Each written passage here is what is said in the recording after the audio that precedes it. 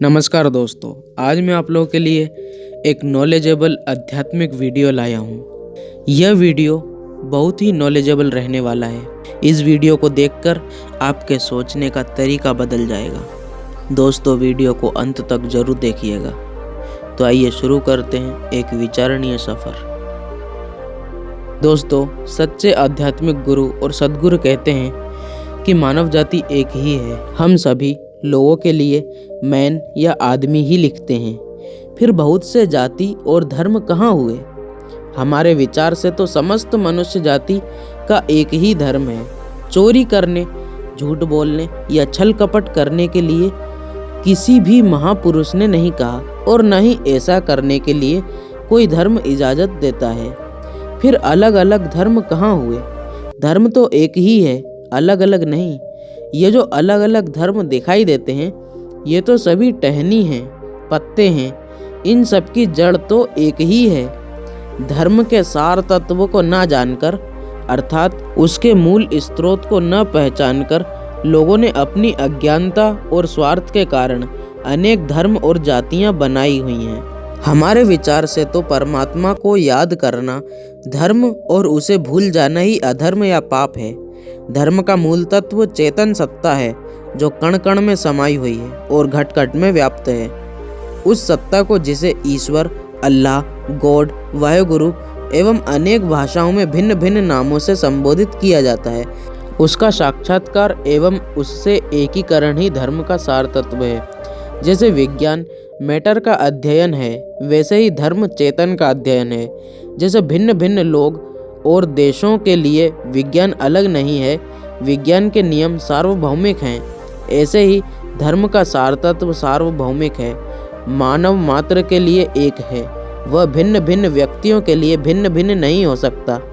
धर्म के नाम पर फैला हुआ भ्रम और अज्ञानता को दूर करना ही सत्पुरुषों का मुख्य उद्देश्य है। धर्म तत्व का बोध केवल चैतन्य महापुरुष से ही हो सकता है। हमें यह भी सोचना चाहिए कि जिन महापुरुषों के नाम पर धर्म चल रहे हैं, उनका निज धर्म क्या है? क्या गुरु नानक का धर्म सिख धर्म था? क्या ऋषियों का धर्म हिंदू धर्म था? क्या मोहम्मद साहब का इस्लाम धर्म था? क्या बुद्ध जी का बौद्ध धर्म था? जब राम, कृष्ण, नानक, कबीर, तुलसीदास, मंसूर, ईसा मसीह, संत ज्ञानेश्वर आदि महान पुरुष आए, तो उस समय के विद्वानों ने और धर्म के ठेकेदारों ने उनकी बात को नहीं माना। जब उनके शरीर संसार में नहीं रहे, तो उनका नाम ले लेकर, उनकी मूर्तियां बनवा बनवा कर और उनके ग्रंथ पढ़ पढ़ कर लोगों को भरमा रहे हैं, और उनका नाम ले लेकर ढोल बजा रहे हैं। जब महान पवित्र आत्मा सामने आती है, तो उनको संसार मानने में आनाकानी करता है, और चले जाने के बाद उन्हीं के नाम से पंथ और फिरके बनाता है और अपने स्वार्थों को पूरा करता है। लोग भगवान राम, कृष्ण की मूर्तियों को भगवान मानते हैं, उनको मत्था भी टेकते हैं, लेकिन सद्गुरु जो ज्ञान की चैतन्य मूर्ति हैं और अज्ञान को हरने वाले हैं, जिनकी महिमा सभी संत ग्रंथों में गाई गई है, उनको मानने से इनकार करते हैं। इसको पाखंड बताएंगे और यही कहेंगे कि आदमी भगवान कैसे हो सकता है। राम, कृष्ण, बुद्ध, महावीर, ईसा मसीह, मोहम्मद साहब, गुरु नानक आदि सभी महापुरुष मनुष्य शरीर में ही हुए हैं। आज संसार के लोग उन्हें चाहे कुछ भी मानते रहे, मगर वे सभी महापुरुष रूप में ही थे। मनुष्यों जैसी भाषाओं में ही उन्होंने अपने विचारों को लोगों के सामने रखा। उस समय के कितने ही लोगों ने उनको भगवान नहीं माना। कुछ थोड़े से ही लोगों ने उन्हें साक्षात भगवान का अवतार मानकर उनकी सेवा की और उनके वचनों पर पूरा विश्वास किया।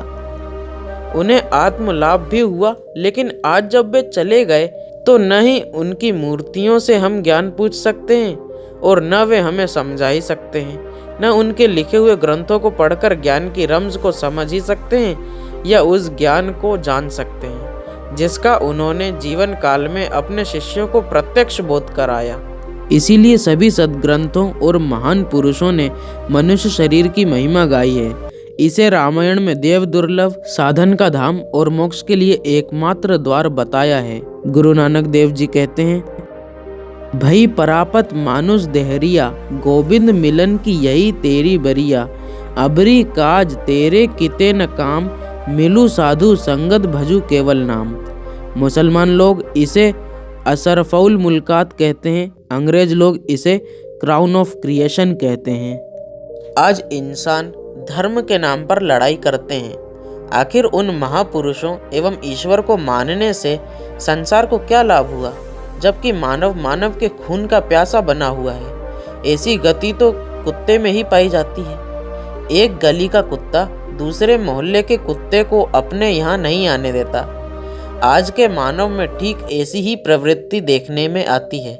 यद्यपि हिंदू, मुसलमान, सिख, ईसाई एक ही ईश्वर के बनाए हुए हैं। पूरे संसार का मालिक, पालक और संहार करने वाला एक ही है, जिसको कोई रहीम, कोई राम, कोई गॉड कहता है। इतना जानते हुए भी मौलवियों, पंडितों, पादरियों और आज के धर्म के ठेकेदारों ने लोगों में ऐसे संस्कार डाल दिए हैं कि वे आपस में लड़ते झगड़ते रहते हैं।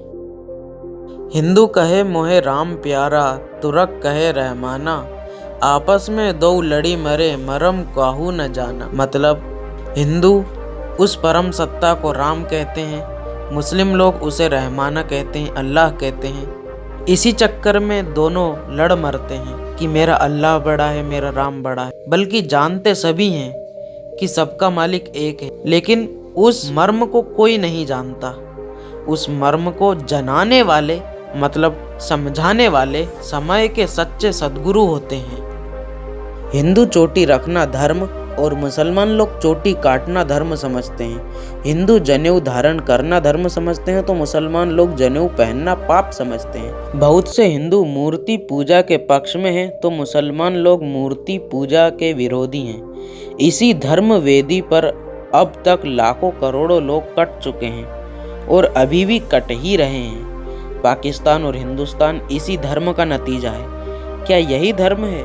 जो धर्म हमारी रक्षा न कर सके वह कदापि मानव का धर्म नहीं हो सकता। मानव का धर्म तो वही है जो एक दूसरे को मिलाने वाला हो और आपसी प्रेम को बढ़ाने वाला हो। जिन धर्मों को आज दुनिया मान रही है, यह तो सभी लड़ाने वाले और एक दूसरे के प्राण लेने वाले हैं। एक समय तीर्थयात्री कबीरदास जी के घर के निकट से होकर तीर्थ यात्रा करने जा रहे थे। उन्होंने कबीरदास जी को भी तीर्थ यात्रा में चलने के लिए कहा। कबीरदास जी ने कहा, मैं तो नहीं जा पाऊंगा, पर मेरी यह तुम भी ले जाओ। जहाँ तुम एक गोता लगाओ वहाँ तुम भी को 5-7 गोते लगवा देना। तीर्थयात्री तुम भी लेके गए और 68 तीर्थों में घूमते हुए खूब गोते लगाते रहे। जब लौट कर आए तो तुम भी कबीरदास जी को सौंप दी। कबीरदास जी ने तुम्बी का चूर्ण बनाकर सभी तीर्थयात्रियों को बांट दिया और खाने के लिए कहा। सभी लोगों ने संत का प्रसाद समझकर खा लिया। खाने के बाद कबीरदास जी ने पूछा, कैसा स्वाद है? सभी लोगों ने कहा, महाराज यह तो कड़वा है। कबीरदास जी ने कहा, जब सभी तीर्थों में स्नान करने पर भी तुम्बी कड़वी रह गई तो तुम्हारे भी मन तुम्बी की तरह मैले ही हैं। लोग तीर्थों में नहाने के लिए जाते हैं, परंतु संत कहते हैं, तीर्थ गई में नानका, मन चंचल चित चोर, गई थी मैल उतारने, 10 मन लाई और। कबीर साहब के भजन में आता है, हरी बेल की कड़वी तुमड़ी, सब तीर्थ फिर आई, जगन्नाथ के दर्शन करके गई नहीं कड़वाई।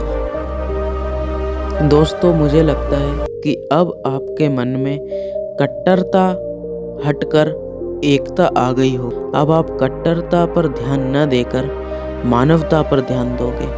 मुझे लगता है कि आप सब भी मेरी तरह ही नारा लगाओगे, मानव धर्म की जीत हो। यह शायरी सुन के जाइएगा, क्योंकि यह मैंने ही लिखी है और इस शायरी का उद्देश्य किसी नए धर्म को जन्म देने से नहीं है। अरे गलत संगत को छोड़कर सही संगत में आना है। जाति धर्म कुछ नहीं, हमें एक ही धर्म बताना है। लोग करेंगे हिंदू मुस्लिम, हमें मनुष्य धर्म का तिरंगा लहराना है। भारत से हम शुरू करेंगे और सारी दुनिया में मानव धर्म फैलाना है। एकता का धर्म फैलाना है, एकता का धर्म फैलाना है।